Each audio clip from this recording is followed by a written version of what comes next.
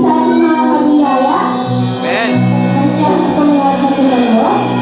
Batiin po natin ang ating mga kabilang 2,000. You are champion. We are blessed and highly favored by God. So,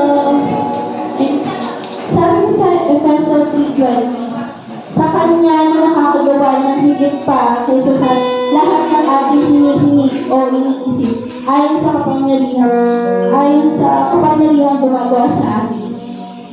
Mga kabiyaya, ngayong oras pinapaalala sa atin ng Panginoon na kaya niyang gumawa ng higit pa sa mga bagay na naiisip namin, higit pa sa ating mga hindi, higit pa sa ating mga iniisip. Kaya tayo umaarit ng papuri sa Kanya at ipagpasalamat ang biyaya niya sa buhay natin.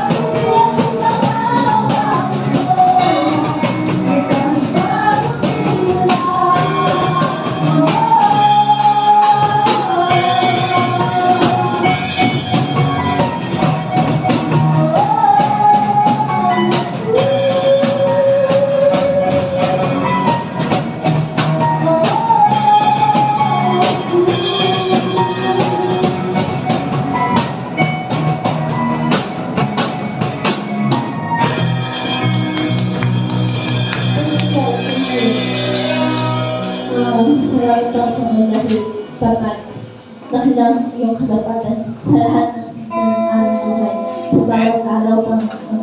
Sabi sa Lamentation 3:22-23. Dahil sa dakilang pag-ibig ng Panginoon ay hindi tayo nalilipot, sapagkat ang kanyang habag ay walang katapusan.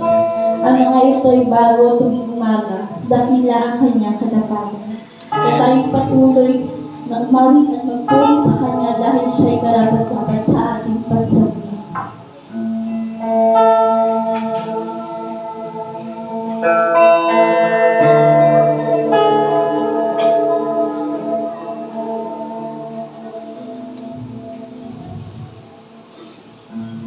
Diyan ay buti na aking Panginoon,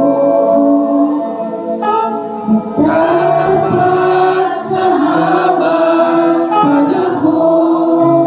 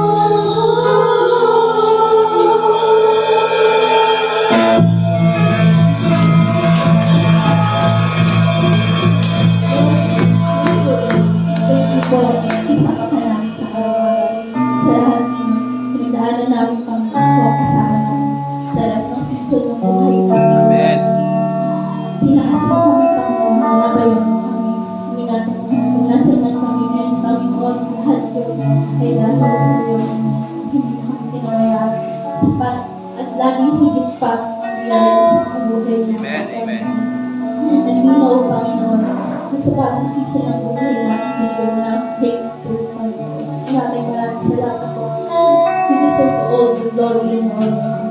Sige po ang taas na papuri, pagsimba ko sa lahat. Sa mga pangalan ni Jesus. Amen. Amen.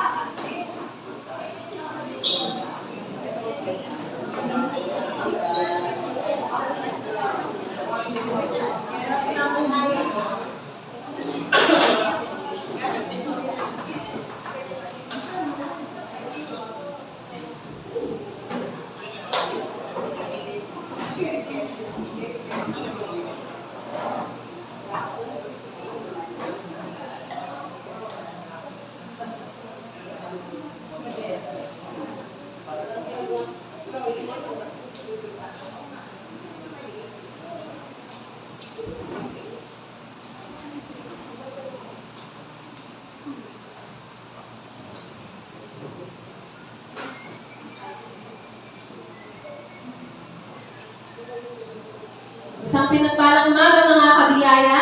Amen. Amen po. Isang pinagpalang umaga mga kabiyaya. Amen. How are you today? All is well. All is well. Batiin natin ang bawat isa ng 2 thumbs up. You are Charito, blessed and highly favored by God in Christ. Let's give God our best clap of praise. So we are still on our series. Your next season is coming. Your next season is coming. And today we are on part 7. Na-enjoy niyo po ba ang series of learning na ito? Amen. So, naaalala niyo pa ba yung mga Bible characters na na-discuss natin for the past 6 Sundays of 2026? Sino po yung una? Very good, Noah. Abraham. Sino pa? Isa pa. Pagkasunod tayo. Yung una? Noah. Pangalawa? Abraham. Pangatlo? Last week lang yun. Last week. Jacob. Very good. Ayan. So, si Noah, si Abraham, si Jacob. Ngayong umaga, alam kong kilala nyo din ang lalaking ating pag-aaralan. But before we begin, let us pray. Panginoon, dakilang Diyos, maraming salamat sa pagkatunay sa araw na ito. May bagong simula, may bagong kabanata, may bagong yugto na inilaan ka para sa amin. At tunay nga, Panginoon, sa anumang yugto, salamat kasama ka namin. Hindi mo kami iniiwan, hindi mo kami pinapabayaan, ang iyong pagsama, ang iyong presensya, ang iyong biyaya ay laging sumasaan. So umagang ito, hayaan mo na matuto kami ng katotohanan sa inyong salita. Ito'y ma-digest namin at paalalahanan kami na anumang sitwasyon, laging dakila ang iyong katapatan at hindi nagmamaliw ang iyong pag-ibig sa bawat sitwasyon ng aming buhay. Ikaw ang dakilang Diyos na laging sa amin nagmamahal, kumakalinga at sumasama. Sa iyo ang mataas na papuri, pagsamba, luwalhati sa pangalan ng Jesus. Amen. Amen. Amen. Malapakan po natin ang ating Panginoon. So, sa loob po ng 6 na linggo ng pagbagtas sa seryeng ito, nalaman natin kung paano kinatagpo how grace finds Noah, Abraham, and Jacob. At kung paano yung biyayang ito ang naglunsad sa kanila patungo sa panibagong yugto ng kanilang buhay. So for part 7, we will navigate the life of Joseph and how the grace of God launched him into his next season. So are you ready to study the Word of God? Yes. Amen. So 3 things when grace finds you from the story of Joseph. In this series, alam ko po mga Bible characters ang pinag-uusapan natin. But somehow, I believe na yung mga buhay nila ay similar sa ating mga pinagdadaanan. Right? So, in this series, not just in the life of Joseph, in this series, hayaan nyo na mag-reflect sa inyo kung paano sila kinatagpo ng biyaya ng Diyos, gayon din tayo kinakatagpo tayo ng biyaya ng Diyos. Amen? So again, 3 things when grace finds you from the story of Joseph. Number 1, pakibasa na lahat. Grace finds you in the Pakilakas. Grace finds you in Inactive. Natagpuan ka, kinakatagpo ka ng biyaya ng Diyos sa mga hukay ng buhay. Genesis 37. Hindi na bago yung slide. Iba yung picture siya. So, Genesis 37, naitala sa Genesis 37 ang panahon na kung saan yung mga kapatid ni Jose ay inihubad sa kanya yung kanyang magarbo at mahabang damit. At inihulog siya mismo ng kanyang mga kapatid sa tuyong balon. Bakit nangyari ito? Familiar ba kayo sa story ng Joseph? Yes. I hope you are because this is a very classic story in the Bible. So, si Jose po ay kinainggitan ng kanyang mga kapatid sapagkat siya ang paboritong anak ng kanilang ama. Si Jose po kasi, ang kanyang ina ay si Raquel. At si Raquel ay napakatagal pinagtrabahuhan ni Jacob para maging kanyang asawa. So si Jose po, ang nanay niya ay si Raquel. Bukod pa doon, si Jose po ay anak ni Jacob sa kanyang matandang edad. Kaya po sa 11 magkakapatid, kasi remember, ilan po ang tribes ng Israel? 12. So 11 pa lang sila nito. Bakit? Hindi pa po pinapanganak yung bunso. Sino yung bunso? Very good. Yan.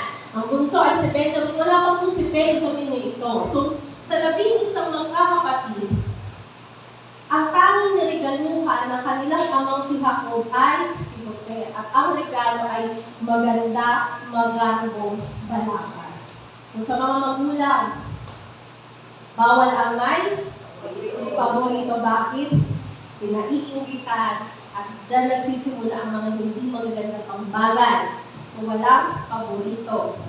Okay? Bukod rito, bukod sa paborito siya ng kanyang ama, merong mahiwagang mga panaginip si Jose kasi mahilig matulog si Jose.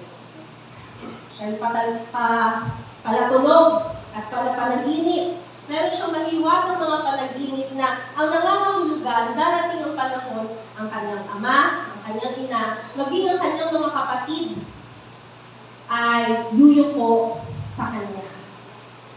Magpapakumbaba sa kanya. Kaya lalong namuwi yung kanyang mga kapatid sa kanya.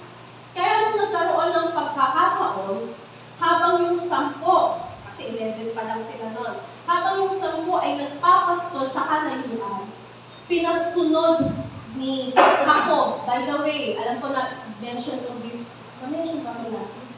Ano ang bagong pangalan ni Jacob? Israel. Very good. Israel. Kaya kay Jacob galing yung nation of Israel. Ang nation of Israel, galing yan kay Jacob, kung saan nandoon yung 12 tribo ng Israel, yun yung kanyang mga anak na lalaki. Okay. Kaya nung nagkaroon ng pagkakataon, habang yung 10 ay nagpapastol sa kalayuan, pinasunod ni Jacob si Jose. Ang ginawa ng mga kapatid, tanong nila sa malayo, ayun yung paboritong anak, ayun yung panaginip, anong gagawin natin dyan? Ang una nilang plano, ihulog sa balon, patayin. Pero, nagbago yung kalaunan. Kaya ang nangyari, inihubad yung magandang balaban, yung makulay na balaban, at inihulog siya sa iyong balon. Sa yugto ng buhay na iyon ni Jose, madali pong isipin, tapos na ang kanyang buhay. Napagkaisahan siya ng kanyang mga kapatid, dapat sana ay papatayin. Yes. Grabe yung nagagawa ng inggit, right? Biruin mo, kapatid mo, sarili mong dugot naman, patayin mo, ipagkakalo mo, matindi. Kaya walang paborito. Okay? Sa yugto ng buhay ni Jose na yun, madaling sabihin, tapos na. Napagkaisahan siya, papatayin, pero salamat, hindi natuloy. Ano na lamang ginawa, itinapon sa balong ng uyon. So this scene of Joseph's life, it looks like it's the end. Pwede siyang hayaan doon, may mga dumating na mga mababangis na hayop, patayin siya. So, this scene is a reminder that what looks like the end, the finish line, the period, is not the end, but it is just a beginning of God's redemptive work, not only in the life of Joseph, but also to the life of the whole Israel. Alam niyo mga kabiyaya, minsan, sa sobrang sama ng pangyayari, may masama na bang nangyari sa buhay niyo? Sa sobrang nakakapanlumo ang sitwasyon, hindi lang po sakit ng katawan ng inabot ni Jose, kundi sakit ng kalooban. Pinagkaisahan siya, tinalikuran siya ng kanyang mga kapatid. Tulad natin, dumaraan din tayo sa mahihirap na sitwasyon ng buhay. At tila baga, hanggang dito na lang, hindi naiinam ang sitwasyon. Let me remind you, kapag hindi mo maganda ang nangyayari, ibig sabihin, hindi pa tapos ang story. Amen? Kapag hindi maganda ang nangyayari, hindi pa tapos ang istorya. Sapagkat merong biyaya na kasama natin at dadalhin tayo nito sa mas magandang panahon. Amen? Kapag pangit ang kaganapan, huwag mawawala ng pag-asa. Sapagkat merong next season. At kapag maganda na yung season, tatandaan, may mas maganda pang parating.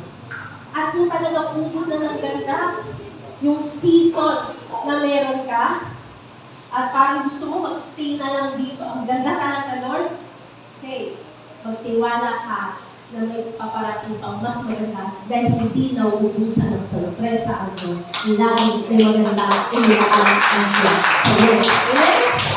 Amen. Sabi ko sa Genesis 37:28, dumaan ang mga mangangalakal ng mga Midianita at kanilang iniahon si Jose sa balon at siya'y ipinagbili sa mga Ismaelita sa halagang 20 pirasong tila. Hindi mo, ibebenta mo yung kapatid mo sa 20 pirasong tila. Alam niyo po ba na, masegue ko lang, na si Jose po ay, kung maaalala niyo, sana naaalala niyo, si Jose po ay isa sa mga anino ni Kristo sa lumang tipan. Anong pagkakahawig? Kung si Jose po ay ibinenta ng mga kapatid sa 20 pirasong pilak, si Jesus ay ibinenta sa 30 pirasong pilak. So, shadow, parehas silang ipinagkano. At ano nangyari sa verse? At dinala nila si Jose sa Egypt. Yung sitwasyong tila game over na para kay Jose. Tama ba? Masakit na yung nangyari. Kinamuhian ka, tinapon ka sa balon, tatangkaan ka mong matayin. Masakit na yun.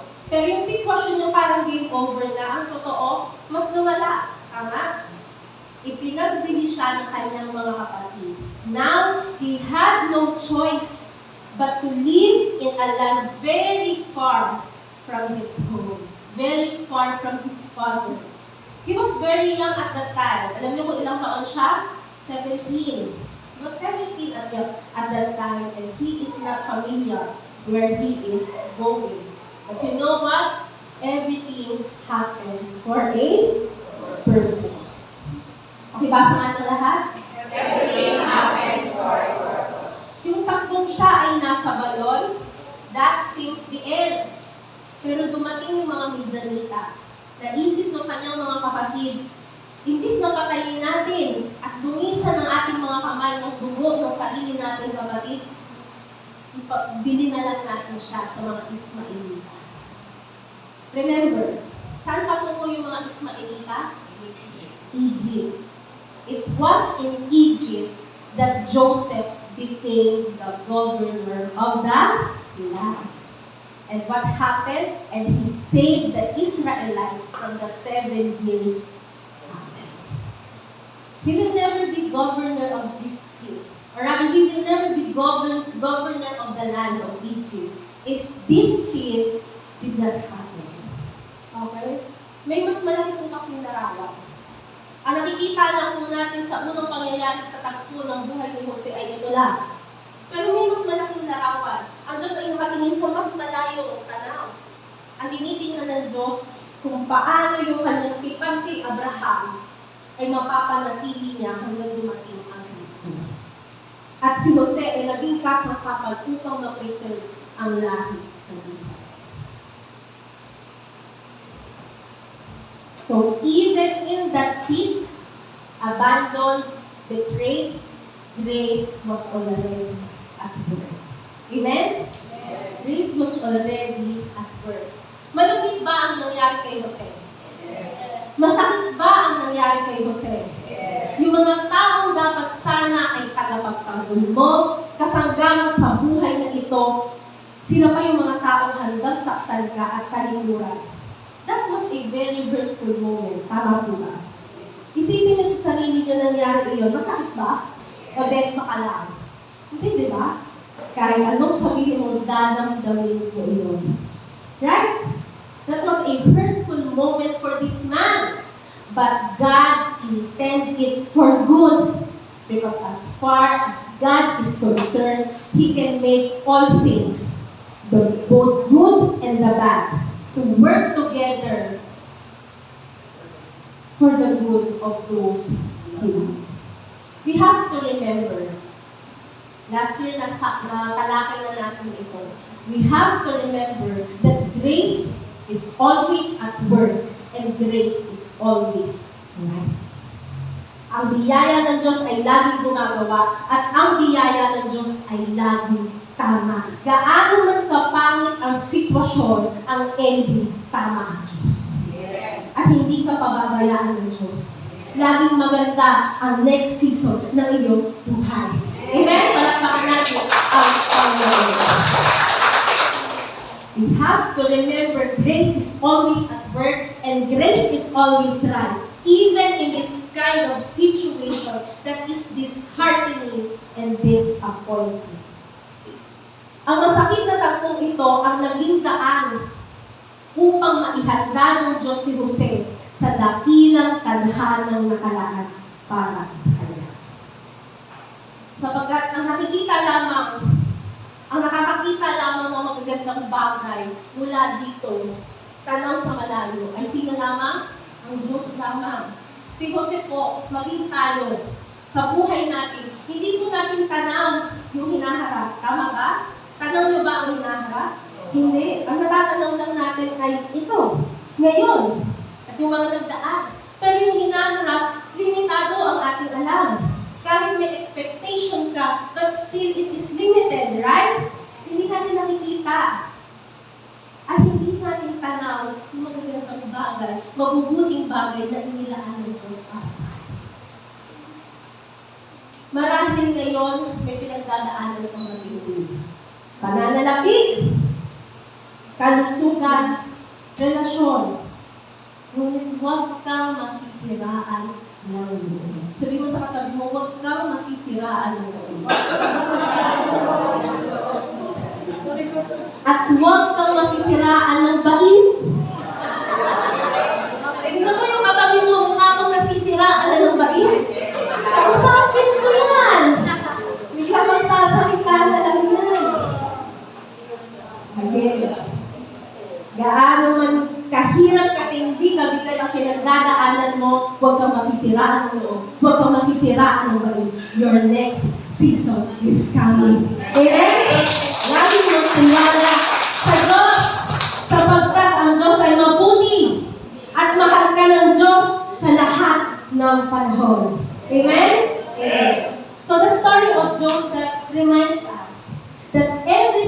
happens for a reason, for a purpose.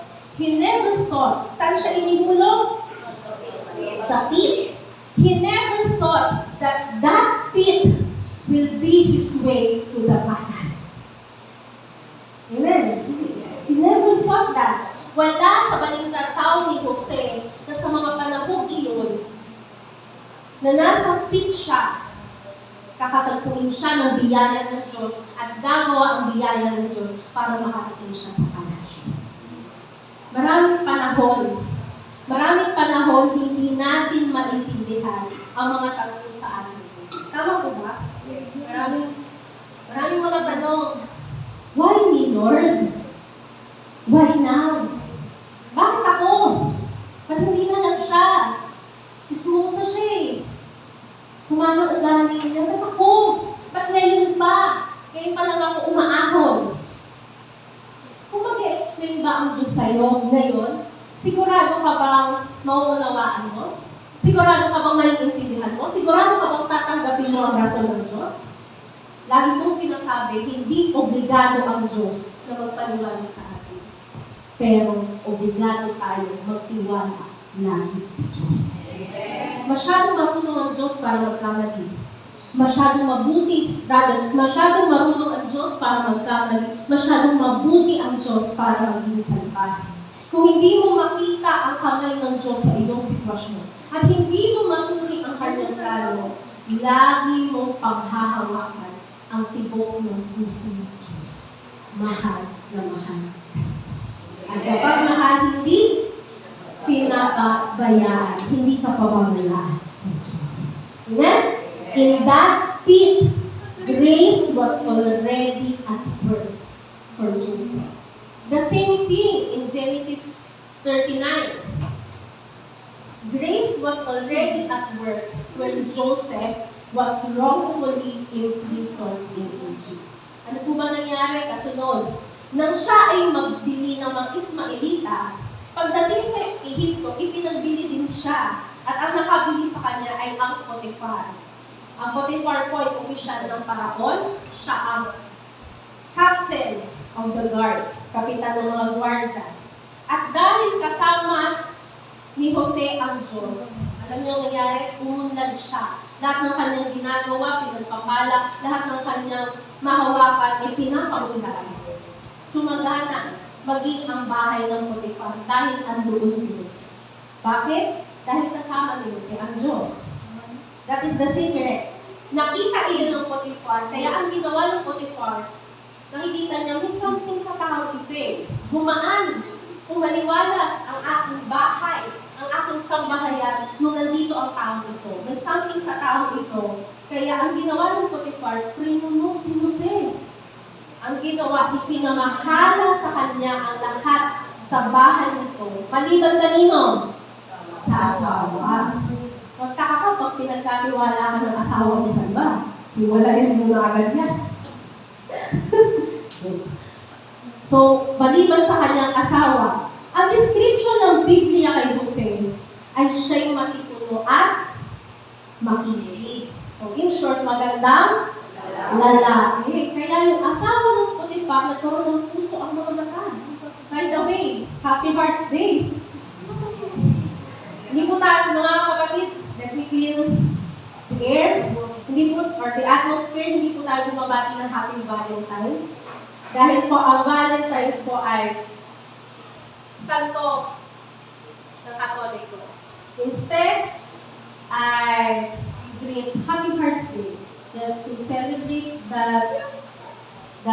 day, but still, every day is a Hearts Day because every day, hindi nawawala ang Panginoon sa atin. Amen? Amen. So again, nagkaroon ng puso, biglang lumiwanag ang mata ng asawa ng Potiphar nung nakita si Jose. Kaya ang ginawa niya, araw-araw, tinutokso niya si Jose para sumitin sa kanya. But you know, Joseph is a good man. Tumanggi si Jose dahil alam niyang mali ito at ito'y kalapastanganan sa Diyos. So, araw-gabi, hindi tumigil ang babae hanggang isang araw, nung naiwan silang dalawa doon sa bahay, sinunggaban ng babae, si Jose. Pero matuwid ang mamang ito. Matapang ang mamang ito, hindi nagpalaig sa tukso. Ang ginawa niya, tumakbo. Kaya kapag may tukso, ano dapat gawin? Yung iba sa inyo nanginginig pa. Nakatitig. Kapag may tukso, anong gagawin? Tatakbo. Tumakbo si Jose. Naiwan ng kanyang balabal. Ngayon, nakagawa ng kwentong asawa ng Potiphar na siya daw ay pinagtataan ni Jose. Kaya naakusahan siya sa kasalanan hindi niya ginawa at ipinakulong siya ng Potiphar. Genesis 39:20-21, kinuha si Jose ng kanyang Panginoon at inilagay saan? Bilangguan, sa lugar ng pinagkukulungan ng mga bilanggo ng hari. 21. Subalit, kasama ni Jose ang Panginoon at nagpakita sa kanya ng tapat na pag-ibig at pinagkalooban siya ng biyaya sa patingin ng bantay sa bilangguan. See? Sa bilangguan man, hindi iniwan ng Diyos si Jose. Amen po ba? Amen. Iniwan ba siya nung siya'y nasa hukay? Hindi. Maging sa bilangguan, kasama ni Jose ang Diyos. At sa bilangguan, pinakapangit na lugar ng panahong iyon, nakatagpo ng pabor si Jose sa mata ng mga bantay bilanggo. Bakit? Simply because kasama ni Jose ang Panginoon. That is the secret. What is the secret? The Lord is with him. Amen? The Lord is with him. Ipinagkatiwala sa kanya ng bantay bilanggo ang mga nakakulong. Biruin mo, nakakulong ba si Jose? Yes. And yet he found favor in the eyes of the guards, ng mga warden. Ipinagkatiwala sa kanya yung mga kapwa niya bilanggo. At lahat ng pinapamahalaan ni Jose, hindi lang pinapakialaman ng mga bantay bilanggo. Kasi alam nila, si Jose ay pinapaunlad sa kanilang ginagawa. So he was promoted again. And because all he does prosper. Tell me the secret, the Lord is with him. Hindi dahil magaling si Jose. Hindi dahil may itsura siya. Hindi dahil matalino siya. The key why everything he does prosper is simply because the Lord is with him. Kasama niya ang Diyos. And if God is for him, then who can be against him? Here we see that even when others throw you down, grace will lift you up. The pit is not the end, it is the setup for your next season. Ang bawat isa po sa atin ay may hukay ng buhay. Hindi hukay ng kamatayan ha, iba yun. Hukay ng buhay. Ibig sabihin, sa buhay na ito, sa pagpagkas natin, sa mundong ito, meron mga nandiyan talagang mga hukay. Para bang pag nagmamaneho kayo, pag tumataan kayo sa kalsada, may mga humps. At minsan madadami mga humps, right? At sa buhay ganun din, merong mga hindi po smooth, minsan bumpy, diba? Minsan, masisiraan ka. So, meron mga hukay ng buhay. At minsan napakalalim ng mga hukay na ito, hindi mo alam paano gagapangin paakyat. Maaaring hukay pinansyal, hukay ng inyong pagsasamang mag-asawa, o sa inyong pamilya, hukay sa iyong hanap buhay, o kung ikaw ay nagmi-ministeryo, hukay sa iyong ministeryo, kung lalo kung ikaw ay pastor at lingkod ng Diyos. So there are times, mga kabiyaya, there are times that you will really hit the lowest peaks of your life. You will hit rock bottom. And you know, God allows it. Nahayaan ng Diyos, sumadsad ka, rock bottom. Bakit? So that you will realize that God is the rock at the bottom. And you will discover there at the rock bottom, grace is at work. Lo and behold, you are set up for your next season. A more beautiful, a better season. Amen? Kailangan natin pagdaanan talaga minsan ang mga hukay ng buhay para ma-realize natin hindi tayo pababayaan ng Diyos. At ma-realize natin kung hindi dumating ang hukay na iyon, hindi ka makakatalon patungo sa mas maganda at mas mataas na yugto. Amen? Ang sabi ko sa awit, 105:17, siya'y nagsugo ng isang lalaki sa unahan nila, si Jose, na ipinagdinig bilang alipin. Anong ginawa ng Diyos? Nagsugo ng lalaki sa unahan nila, meaning sa unahan ng mga Israelita. Sino yung lalaki iyon? Si Jose, bilang ipinagdinig bilang isang alipin.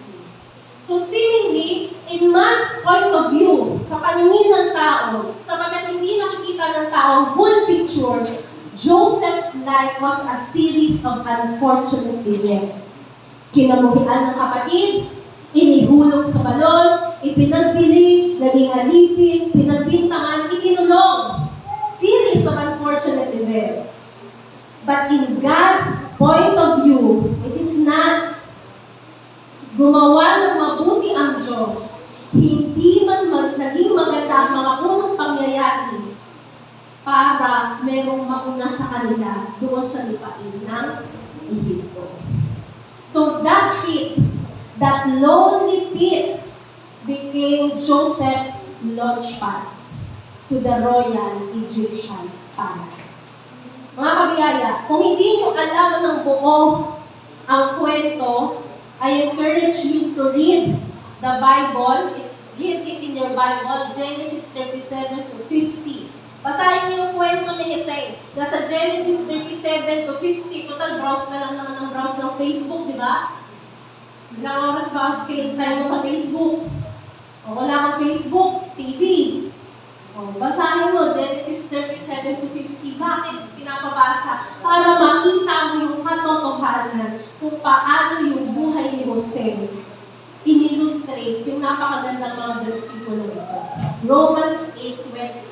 At nalalaman natin na sa lahat ng mga bagay, maganda o pangit, gumagawa ang Diyos sa ikabubuti ng mga umiibig sa Kanya. Iniibig niyo po ba ang Diyos? Amen. Make no mistake, we love Him because He first loves us. 1 John 4:19. Another verse, 2 Corinthians 12:9. Subalit sinabi niya sa akin, ang aking biyaya ay sapat na sa iyo, sapagkat ang aking kapangyarihan ay nagiging sakdal sa kahinaan. Alam mo, kabiyaya, kung kailan naiisip mo na ikaw ay hinang-hina, kung kailan naiisip mo, nararamdaman mo, pagod ka na, dahil sa mga masasalimuot na tagpo ng iyong buhay, na tila baga hindi ka na makakaahon sa hukay ng buhay, ito ang pagkakataon. Mararanasan mo ang biyaya ng Diyos. Amen? Kaya kapatid, kapamilya, kabiyaya, kung natatagpuan mo ang iyong sarili sa hukay ng pagkakanulo, hukay ng pagkatalo, hukay ng pag-aalinlangan, hukay ng pagkabigo, pibayan mo ang iyong loob. Ang biyaya ay kumikilos sa likod ng mga ito para sa ikakapabuti.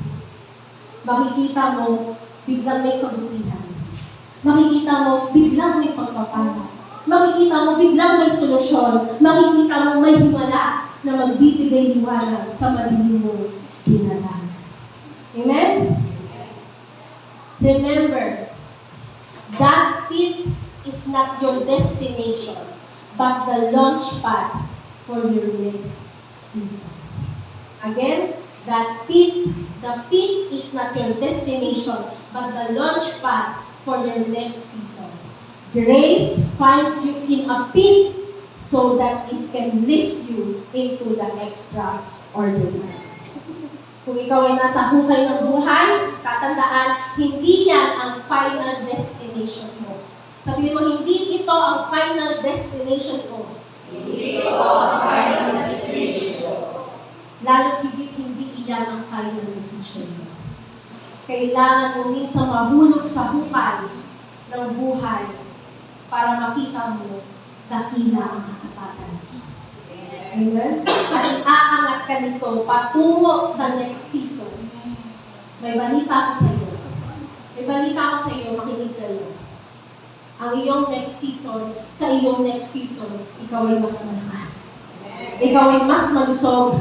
Ikaw ay mas masigla. Ikaw ay mas maunlad. Ikaw ay mas mayaman. Ikaw ay mas masagana. At alam nyo, ikaw ay mas maganda sa susunod na kabanata. Shout! Amen! Very good. So number 1, grace finds you in a Grace.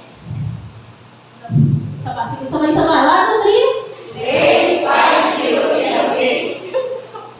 Number 2. Grace stays with you in the process. Kakasan, 1, 2, 3. Grace stays with you in the process. Ang biyaya ng Diyos ay nananatili sa iyo sa buong proseso. In the process of waiting, in the process of wrestling, in the process of hustling, the grace of God never leaves you. Kasama mo ang biyaya ng Diyos sa panahon ng proseso, sa panahon ng paghihintay. Meron ba dito nakaranas ng paghintay? Yes. Yes, lahat tayo naghintay, tama? Katotohanan mga kabiyaya, ito ang pinakamalaking problema natin. Hindi tayo marunong maghintay. And that is understandable because we are living in a fast-paced world. Puro na mabibilis sa kapanahunan ngayon. Kung isang araw, walang boyfriend. Pagdating ng isang linggo, may asawa na. Pakabilis naman, excited you are. Sa araw, alas 3 ng hapon, nasa Pilipinas ka pa. Pumanta ang alas 3 ng madaling araw, nasa kabilang panig ka na naman. Mabilis? Ngayon, meron ng skyway, may expressway, napakabilis nang makarating sa iba't ibang destinasyon. Tama? Ngayon, isang click mo lang, yung message mo nakarating na sa taong kausap mo, nasaan mang panig siya ng mundo. So see, ang bilis na po kasi ng panahon natin ngayon. Nasanay ang tao, mabilis na ang lahat. Kaya hindi na nasanay maghintay. Pero alam niyo yung mga tao noon, mga pasensyoso. Bakit? Kasi mabagal ang panahon o galaw ng mundo dati. Bago ka makapagkulang ng sinigang, kailangan umakyat muna ni Junior sa puno ng sampalok. Pagkababa, ilalaga pa yun bago ilagay sa sinigang. Kapag gusto mo magkape, maghuhugas ka muna ng bigas, ilalaga, tapos sasalahin pa. Eh ngayon, meron ng instant sampalok mix. Meron ng instant coffee. Iba-iba pa ang flavor. Kaya hindi na natuto ang tao maghintay. Kaya kapag naghihintay, ang init ng ulo. Tama? So again, mabilis na ba ang panahon? Yes. It is because, ano kung bakit mabilis na ang panahon ngayon? It is because we are living in the last of the last days. Tayo po ay nabubuhay na sa mga huling panahon. And you know, in the last days, knowledge will increase. Daniel 12:4, knowledge will increase. Ito na ang panahon na iyon, sobra ng dulo ng tao. Pero papaalala ko sa inyo, bumilis man ang takbo ng mundo sa panahon natin ngayon, aalalahanin, mananatili ang biyaya ng Diyos sa iyo sa buong proseso. Amen? Gaano man katagal, gaano man kabilis ang proseso, lagi kang sasamahan ng biyaya ng Diyos. Sa buhay ni Jose, mapapansin ninyo, noong nasa sambahayan siya ng Potiphar, naging mabilis yung promotion niya. Tama? Naging mabilis ang promotion ni Jose noong nasa bahay siya ng Potiphar. At pinagkatiwala sa kanya ang lahat ng bagay maliban sa asawa. Ang sabi po sa Genesis 39:2, ang Panginoon ay naging kasama ni Jose. Hindi po ibinaglit ng Biblia, ipinaalam ng Biblia na mayroong kasama si Jose. Kahit dumaan siya sa hukay, na ipagbili siya, nasa bagong lugar siya sa Ehipto, ang kipo, ang Panginoon ay naging kasama ni Jose. At siya'y naging lalaking maunlad. Siya'y nasa bahay ng kanyang among taga-Ehipto. Again, bakit naging maunlad si Jose? Kasama niya ang Diyos. Hindi po sinabi ng Biblia na dahil magaling o matalino si Jose. Hindi sinabi ng Biblia dahil sa kanyang credential at curriculum vitae. Hindi sinabi ng Biblia na dahil meron siyang koneksyon o meron siyang taglay na pambihira. No. Ang dahilang sinabi ng Biblia kaya maunlad si Jose ay dahil kasama niya ang Diyos. Kaya kung ikaw ay inangat ng Diyos, mula level 1 to level 2, ang ipagyabang mo ay dahil kasama ko ang Diyos. Amen? Dahil wala naman po talaga tayong ipagmamalaki kung wala sa atin ng Diyos. Faith, intelligence, sharpness, ability, talent, all of it can be taken away from you in just a snap. That is why always be humble, always honor the blessor, and enjoy the blessing. Amen? Verse 3 to 4. Nakita ng kanyang amo na ang Panginoon ay kasama niya. At ang lahat ng ginagawa ni Jose ay umuunlad sa kanyang kamay. Kaya nakatagpo si Jose ng biyaya sa paningin niya at ginawa ng kanyang katulong. Ipinamahala na kay Jose ang bahay niya at lahat niyang pag-aari ay inilagay sa kanyang pangangasiwa. Tatanungin ko kayo, base sa kwento. Sino ang nakakita na kasama ni Jose ang Diyos? At sinasamahan ng Diyos si Jose. Sino ang nakakita? Amo. Ang kanyang amo. Sino yung amo? Ang Potiphar.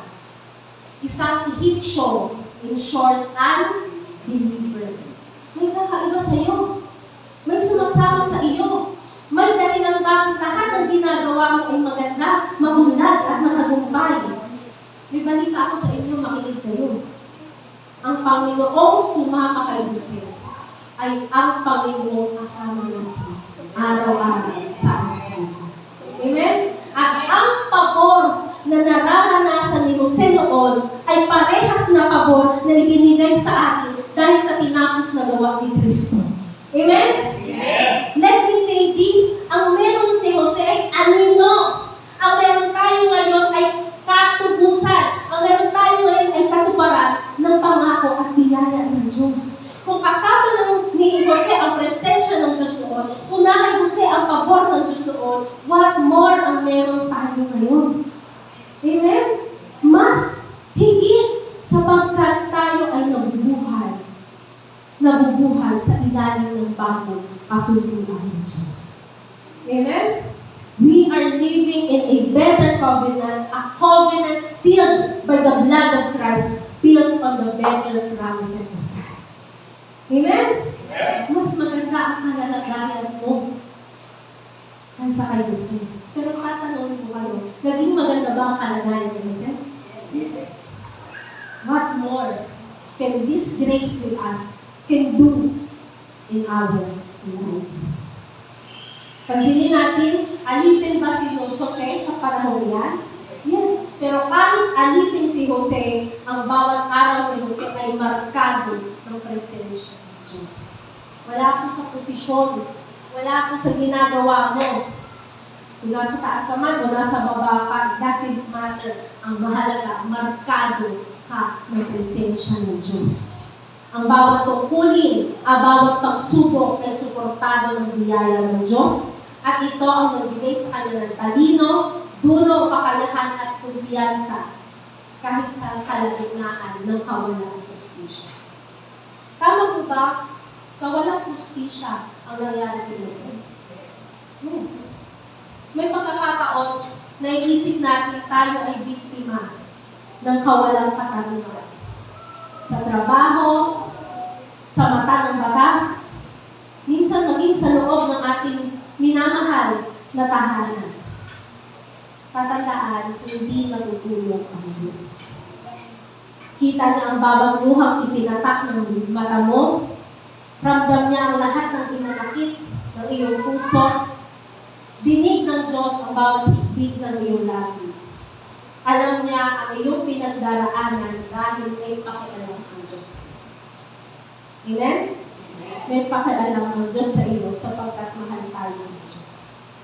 Maaaring hindi pa kayo ng tugon, maaaring naguguluhan ka bakit nangyayari sa iyo ang mga injustices na ito, pero huwag mong pagdududahan ang magandang plano ng Diyos para sa iyo. Amen? Noong inakusahan si Jose ng asawa ng Potiphar, ano nangyari? Ipinatapon siya sa Bilangguan. Naging mas mahirap ang buhay ni Jose. Ngunit ang presensya ng Diyos ay nanatili sa kanya. Mahirap na nung pinagkaisahan siya, ipinagbili, mahirap na yon. Pero kung hirap palalo, nung napadpad siya sa Egypto, naging alipin. At ngayon mas mahirap kasi siya ay pinagbintangan sa kasalanan hindi niya ginawa at ipinakulong. Pero, tatandaan, kasama ni Jose ang Panginoon at nagpakita sa kanya ng tapat na pag-ibig. Pinagkalooban siya ng biyaya sa paningin ng bantay sa bilangguan. God caused the favor. Ang Diyos po ang gumawa ng pabor para kay Jose. Alam niyo kung bakit? Sapagkat hawak ng Diyos ang puso ng hari. Kaya hindi mo kailangang sumiksik o mamulitika. Kailangan mo lang ay magtiwala sapagkat kayang kantiin ng Diyos ang puso ng sino man, makakatagpo ka ng pambihirang pabor na hindi mo sukat akala. Amen? In that dark setting, grace did not remove the hardship, but kept Joseph faithful, strengthened his heart, and helped him encourage other prisoners. Wherever Joseph went, saan man siya magtungo, whether in the palace, or in prison, or in a pit, grace walked with him. Kahit saan tayo pumunta, hindi tayo iiwanan ng Diyos. Amen? Amen. Kahit saan ka pumunta, anumang sitwasyon, hindi ka iiwanan ng Diyos. Pansinin ninyo, hindi inalis ng biyaya yung hirap ng sitwasyon ni Jose. Tama ba? Hindi inalis. Nahulog siya, pinagbili siya, napunta siya sa Egypto, naging alipin, nahulog. Hindi inalis ng biyaya ng Diyos, hindi inalis ng Diyos yung hirap ng sitwasyon sa buhay ni Jose. Ang ginawa ng Diyos, tinuruan si Jose maging tapat. Tama? Kasi kung hindi na mararanas iyon, hindi ka matututo ng maging tapat kahit sa mahirap na sitwasyon. Right? Kaya mga kabiyaya, kung nakakaranas kayo ng hirap ng sitwasyon, now ask yourself, I am being faithful just because the season is good? Or now, na dumadanas ako ng mahirap na season, kaya ko pa rin ba maging tapat sa Diyos? See?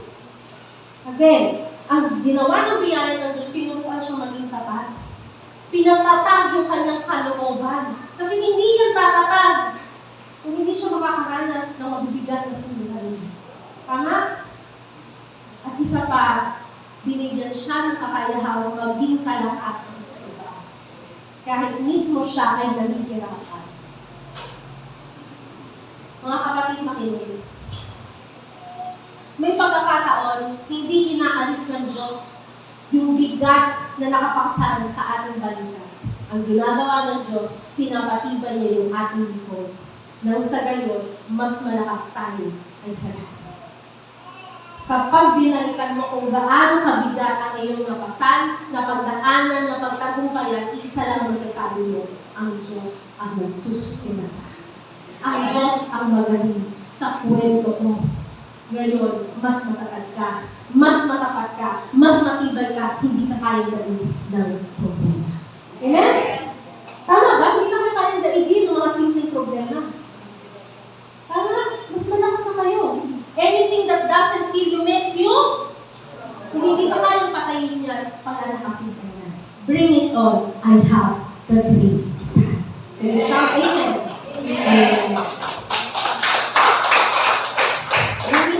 Because marami pang mangyayari sa buhay natin. At hindi madali ang buhay natin. Lalo tayo yung mga anak ng Diyos, may mga persecutions, may mga problems. Nandiyan si Satanas, inis na inis sa atin. So, hindi madali. At hindi ko sinasabing madali. Pero kahit hindi madali ang sitwasyon, magaling ang biyaya ng Diyos na nasa atin. Kaya natin pagtagumpayan ang lahat. Amen? Amen. Tingnan din natin. Same thing. Happened to Prophet Daniel. Kilala niyo ba si Propeta Daniel? Noong kaharapin ni Propeta Daniel ang yungib ng leyon. So alam niyo to. Kasi very familiar story to. Daniel in the lion's den. Okay. Noong kaharapin ni Propeta Daniel ang yungib ng mga leyon, siniguro po ng Daniel 6:22, ang Diyos ay nagpadala ng anghel upang itikong ang bibig ng mga leyon. Kaya saan ka man makaroon, sa hukay o sa yungib ng mga leyon, sinigurado ng Biblia, hindi tayo iwan, hindi tayo pababayaan ng Diyos. Tinakasan ba ni Daniel ang kanyang sitwasyon? Hindi. Hindi niya tinakasan ang pagsubok, ngunit ang biyaya ng presensya ng Diyos ang nagbilang sa kanya. Tatandaan, hindi po pinangako ng Diyos na hindi uulan. At hindi rin pinangako ng Diyos laging aaraw. Ang ipinangako ng Diyos, umulan o umaraw, sasamahan kita, hindi kita mapapabayaan. Same thing sa kwento ni Shadrach, ni Meshach, ni Abednego. Alam niyo kwento nila? Sana alam niyo. Hindi nila tinakasan yung naglalagablab na pugo. Ngunit yung ikaapat na tatlo lang sila na itinapon sa naglalagablab na pugo. Pero pagtingin ni Haring Nebuchadnezzar, bakit may pang-apat na tao, tatlo lang naman ang nasa loob? Ano nangyari yung ikaapat na lalaki na parang anak ng mga Diyos, kasama nilang naglakad sa atin? Daniel 3:20. Again, hindi po ipinangako ng Diyos na walang pagsubok. Hindi sinabi ng Diyos na hindi tayo dadaan sa pag-uusig. Hindi sinabi ng Diyos na walang bashers, walang opposition, walang persecutors. Merong mga maiingit sa'yo, merong mga maninira sa'yo, merong mga taong hindi ka gusto, tatalikuran ka. Dahil meron kang Diyos, hindi nila gusto ang Diyos mo. In fact, ang sabi ng Panginoong Jesus, in this world, we will have troubles and tribulation, but relax, smile, be of good heart, for I have overcome the world. Amen? Ang sabi ng Jesus, in this world we will have troubles. Marami na ba kayong troubles na pinagdaanan? Mas marami pa yan. But take heart, Jesus overcomes. Kung dinaig na ng Diyos ang mundo, huwag kang mag-aalala. Bakit? Ikaw ay nasa panig ng Diyos. At ang Diyos ay Diyos ng tagumpay. Kaya ikaw ay mananagumpay, walang pagkagati. The victor lives inside you, and you became more than a conqueror. Alam niyo ba, isinama tayo ng Diyos sa parada ng tagumpay. At ang bangon ng tagumpay ni Jesus sa krus ay nasa atin. Huwag kang mangangamba. Dakila ang biyaya ng Diyos na nasa atin. Amen? Amen. Grace doesn't remove struggles. Yun ang lagi kong sinasabi kanina pa. Grace doesn't remove struggles. It stays with you, but it stays with you through them. Joseph had favor at every step, and that same grace is yours today. Ang biyayang sumama kay Jose noon, ito rin yung biyayang kasama natin. Kasama natin sa pagpapagal. Kasama natin sa paghihintay. Maging sa mga pagsubok at sipayo ng buhay. When trouble comes, remember, you won't face it alone. Hindi ka mag-iisa. God's grace is always with you. Sabihin nga natin, God's grace is always with me. God's grace is always with me. Nakasan nyo?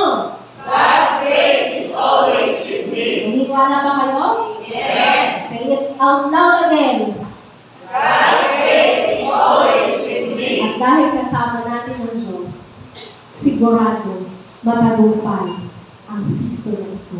Patungo sa next season. Amen? Amen. Kaya sabi mo ulit sa katabi mo, huwag kang masisiraan ng loob. Tingnan mo kung nasiraan ng bait. Hindi yan masisiraan ng bait. Bakit? Kasama niya ang Diyos. At kung kasama natin ng Diyos, sinong laban sa atin? Wala. Dumaan man tayo sa buhay, dumaan man tayo sa mababang parte ng mga buhay natin, tumagal man ang proseso, tatandaan, grace always finds you and grace will always stay with you. Because it will launch you into the next season, a better season, a more beautiful season. Amen? Amen? So, number 1, ibasa na lahat? Grace finds you in the pit. Number 2, Grace takes you through the process. number 3, next week we will continue. For the meantime, remember the 2 points. Pakibasa ng malakas. Number 1, Grace finds you in the pit. number 2, Grace takes you through the process. at kung hindi mabigatan, alam kong hindi naman mabigat, pakibasa ang buong kwento ni Jose sa Genesis 37 to 50. So you will know Joseph's story. You will know Joseph's next season. And you can hold on to that story and relate that in Christ, my next season is coming. Nabasa ng lahat? In Christ, my next season is coming. Let us pray. Panginoon, dakilang Diyos, maraming salamat because we are on to the next season. A better season, a beautiful season, a season full of grace, of blessing, of favor. It overflows. Panginoon, kung kami man ay dumaranas ng mga sighayong problema ng buhay sa ngayon, naniniwala kami hindi pa ito ang katapusan. Kasama ka namin at kami pinauna mo na ang mga bagay-bagay para sa aming kabubuti. Nang sa gayon, ma-launch niyo kami sa panibagong yugto ng mga buhay namin na mas maganda, mas mainam at para sa ikalimughati ng Panginoon. Panginoon, salamat sa iyong presensya na kahit kailan hindi nagmano sa aming mga buhay. Ang iyong presensya, Panginoon, na kailangan namin sa bawat yugto ng aming mga buhay at kami nagagalak sa katotohanan, hindi mo kami iwan, hindi mo kami papabayaan, laging may maganda kang plano para sa amin. Sa iyong mataas na papuri, pagsamba, lumalhati sa pangalan ni Jesus. Amen, amen, amen. Palapakan natin ang Panginoon. Ngayon po ay tinatawagan sa dakong unahan ang mga may bahagi sa ating banal na hapunan.